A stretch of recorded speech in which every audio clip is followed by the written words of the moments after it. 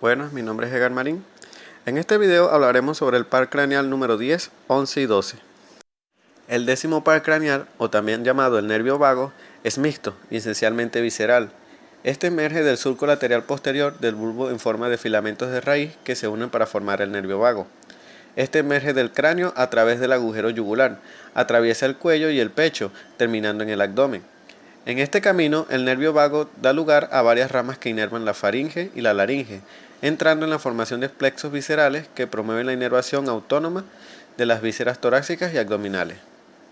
El vago tiene dos ganglios sensoriales. El primero es el ganglio superior, ubicado a nivel del agujero yugular, y el ganglio inferior, ubicado justo debajo de este agujero. Entre los dos ganglios, la rama interna del nervio accesorio se une al vago. Este también tiene fibras aferentes viscerales, que estas conducen impulsos aferentes que se originan en la faringe, la laringe, la tráquea, el esófago, las vísceras del tórax y el abdomen. También tiene fibras eferentes viscerales, que son responsables de la inervación parasimpática de las vísceras torácicas y abdominales. Las fibras eferentes viscerales especiales inervan los músculos de la faringe y la laringe.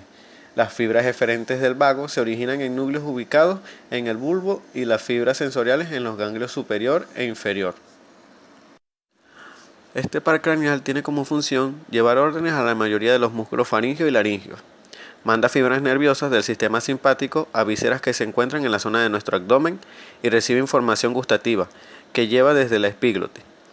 Al igual que el nervio glosofaringeo, interviene en la acción de tragar, de modo que tiene mucha relevancia dado lo importante de esta función vital. En cuanto a su exploración, este se explora en conjunto con el noveno par. Nosotros debemos explorar lo que son las funciones motoras, funciones sensitivas, funciones sensoriales. Además, hablaremos de algunas alteraciones. Continuando con la exploración, tenemos lo que es la exploración motora. Aquí nosotros vamos a precisar lo que es el tono, el timbre y la intensidad de la voz del paciente. También se va a determinar cómo tose el paciente. Se precisa también cómo es la dilución de la saliva. También vamos a observar si hay una regurgitación nasal de los alimentos. Lo siguiente que haremos, le pediremos al paciente que abra la boca y mantenga la lengua del reposo. Abre la boca, agárrate. Si nosotros no logramos observar lo que es el velo del paladar, debe utilizarse lo que es un baja lengua y se le va a solicitar al paciente que diga "ah". Normalmente el paladar es blando y debe moverse hacia arriba y hacia atrás, manteniéndose lo que es la úvula en el centro. Las paredes faringeas también se van a contraer simétricamente. La prueba debe repetirse varias veces para verificar si hay un agotamiento y debilidad muscular progresiva de las paredes faringeas y el paladar blando. Continuando, tenemos lo que es la exploración sensitiva. En este caso solo se va a explorar lo que es la sensación táctil. Se le va a pedir al paciente que abra la boca, se introduce progresivamente lo que es un aplicador que tenga en uno de sus extremos en la punta con algodón, mientras se mantiene la lengua en el piso de la boca. Y con la punta vamos a tocar lo que es el paladar, la faringe, las amígdalas y la parte posterior de la lengua. En este momento no cuento con los utensilios, pero tengo uno improvisado. Por favor, abre la boca, saca la lengua.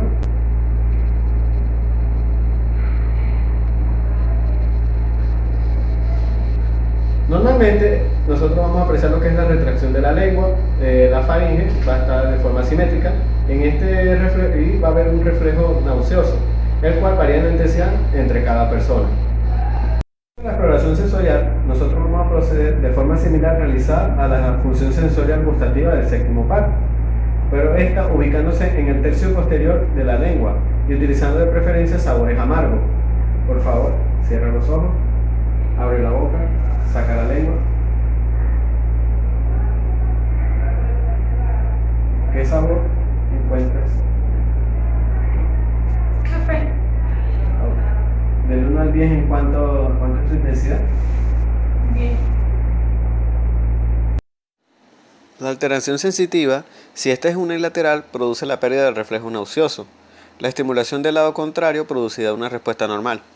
Esto se debe a una lesión del noveno nervio y es bastante rara. Si la alteración es sensitiva y motora, del noveno y décimo nervio, Entonces la estimulación del lado contrario normal producirá una desviación del velo del paladar hacia ese lado. Esto es más común que lo anterior. En cuanto a las dificultades causa el error, tenemos lo que es estímulos inadecuados. También, si las respuestas motoras no son claras, se le puede pedir al paciente que intente tragar saliva con la boca abierta, ya que esto a veces ayuda a precisar detalles de movilización. También una iluminación inadecuada. Entre las causas más frecuentes de alteraciones de parálisis motora pura unilateral, tenemos causas infecciosas que son la poliomielitis, difteria y tóxica como el botulismo.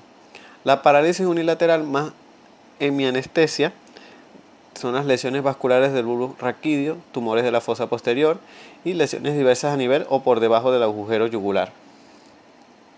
En cuanto a la parálisis anestesia bilateral, la motoneurona superior presenta lo que es la parálisis pseudotubular, esclerosis lateral amiotrófica.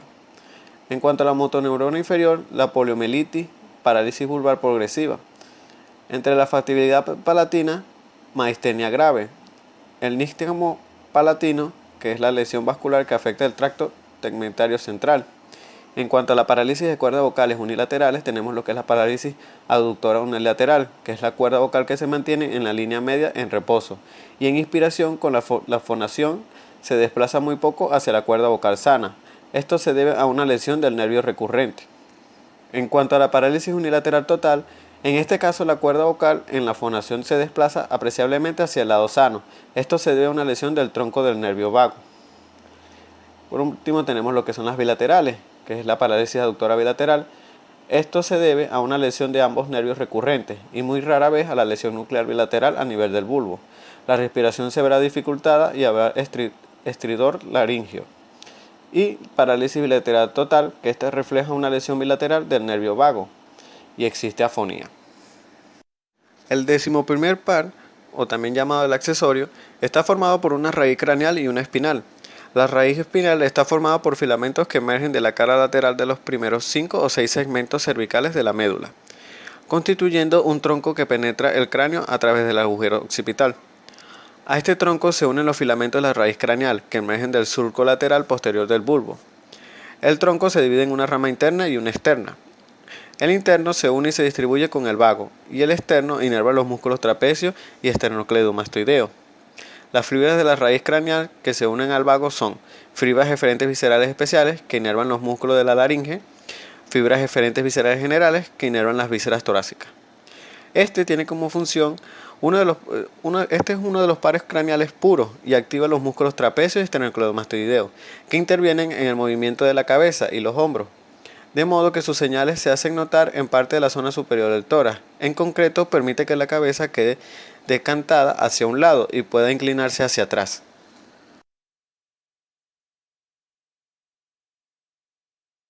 Tenemos lo que es la progresión del esternocleidomastoideo. Aquí nosotros vamos a medir lo que es la capacidad del cuello para mantener la cabeza erguida. Lo primero que realizará el explorador es colocar su mano sobre la mejilla del paciente y va a indicar que mire hacia ese lado. Mira hacia el lado de la mano. Nosotros aquí vamos a apreciar lo que es el esternocleidomastoideo. Después nosotros vamos a realizar la misma maniobra con el otro lado. También vamos a comparar la fuerza del movimiento lateral de ambos músculos. El explorador aquí va a colocar su mano sobre la frente del paciente y le va a decir que incline la cabeza hacia abajo. Incline la cabeza hacia abajo. Normalmente la cabeza va dirigida verticalmente sin desplazamientos laterales. Igual resultado tiene si se coloca la mano sobre el mentón, debajo del mentón. Continuando tenemos lo que es la exploración de los trapecios. Aquí con el paciente sentado o de pie, el explorador se colocará detrás del paciente, comprobando así las prominencias de las escápulas y los músculos trapecios. Aquí pediremos al paciente que levante ambos hombros hacia las orejas, y comprobaremos la simetría de ellos.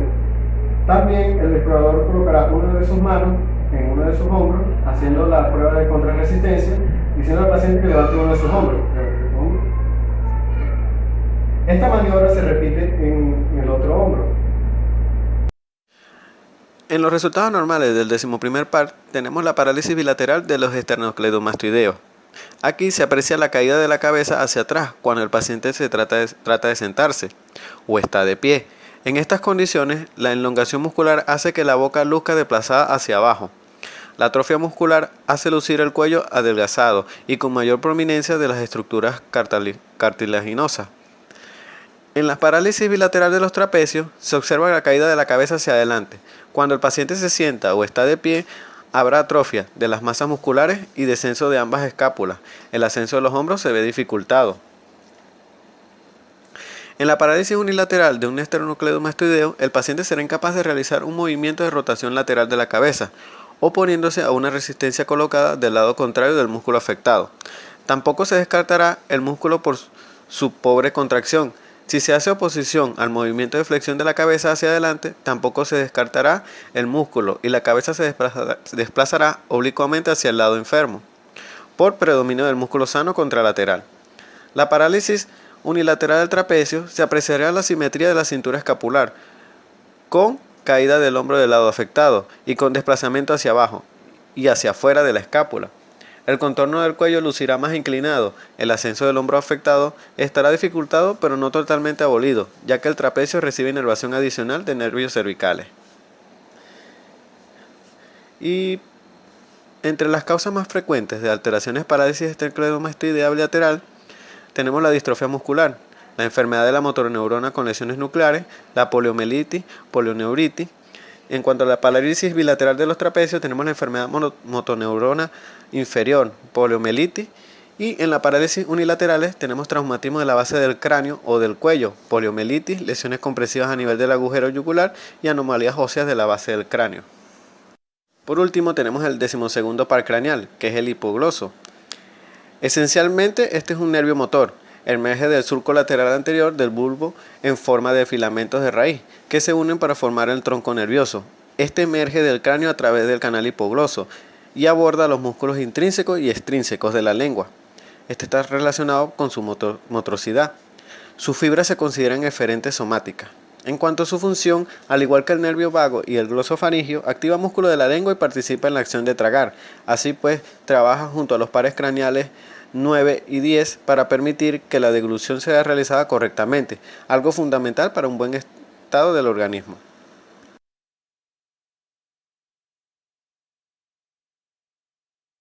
Exploración del último par craneal. Aquí nosotros le pediremos al paciente que abra la boca para poder analizar la posición, la forma y el tamaño y la superficie de la lengua. Abre la boca. Además le pediremos al paciente que saque la lengua y vamos a observar si este se mantiene en la línea media. Saca la lengua. También se le va a pedir al paciente que haga movimientos laterales.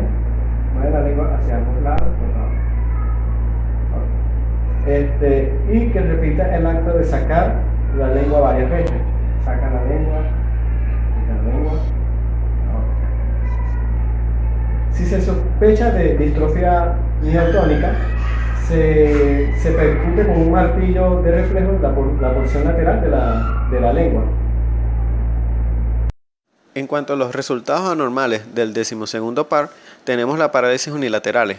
La lengua luce asimétrica, se exageran los pliegues longitudinales del lado afectado y en especial hacia la punta.